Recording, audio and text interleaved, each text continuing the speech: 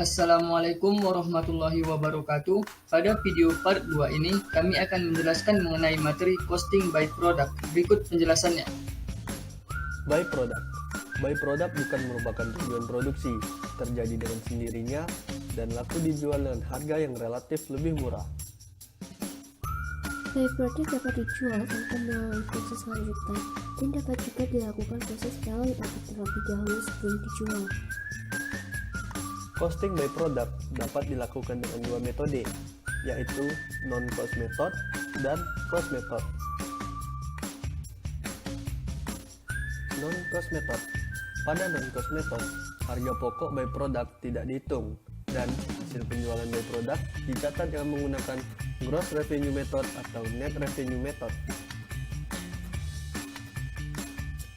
Hasil penjualan by product dengan gross revenue method akan dicatat sebagai other income, menambah sales revenue, pengurang cost of goods sold main product, atau sebagai pengurang total production cost main product. Karena hasil penjualan by product dicatat sebagai other income, maka ditarik setelah operating income. Dengan asumsi nilainya sebesar 1.500, maka income before income taxes-nya sama dengan penjumlahan dari operating income dengan other income, yaitu sebesar 4.500. Jika dicatat sebagai penambah sales revenue, revenue from sales of by product ditambah dengan total sales. Dengan asumsi 1.500 ditambah sales 20.000, maka didapatkan total sales 21.500. Jika dicatat sebagai pengurang cost of goods sold main product, maka akan diletakkan di bagian cost of goods sold sebagai pengurang revenue from sales of by product, sehingga cost of goods sold-nya sebesar 13.500 yang didapatkan dari 15.000 dikurangi 1.500. Jika dicatat sebagai pengurang production cost, maka revenue from sales by product diletakkan setelah total production cost dengan asumsi 1.500, sehingga ia mengurangi total production cost 16.500 menjadi 15.000. Cost method.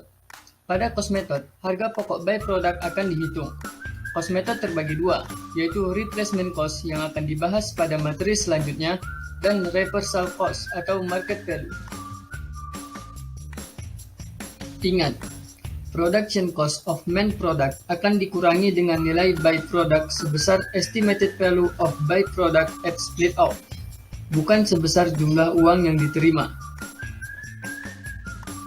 Seluruh pengeluaran untuk by product, baik itu materials, labor, dan FOH, setelah di split out points, akan dibebankan ke akun by product.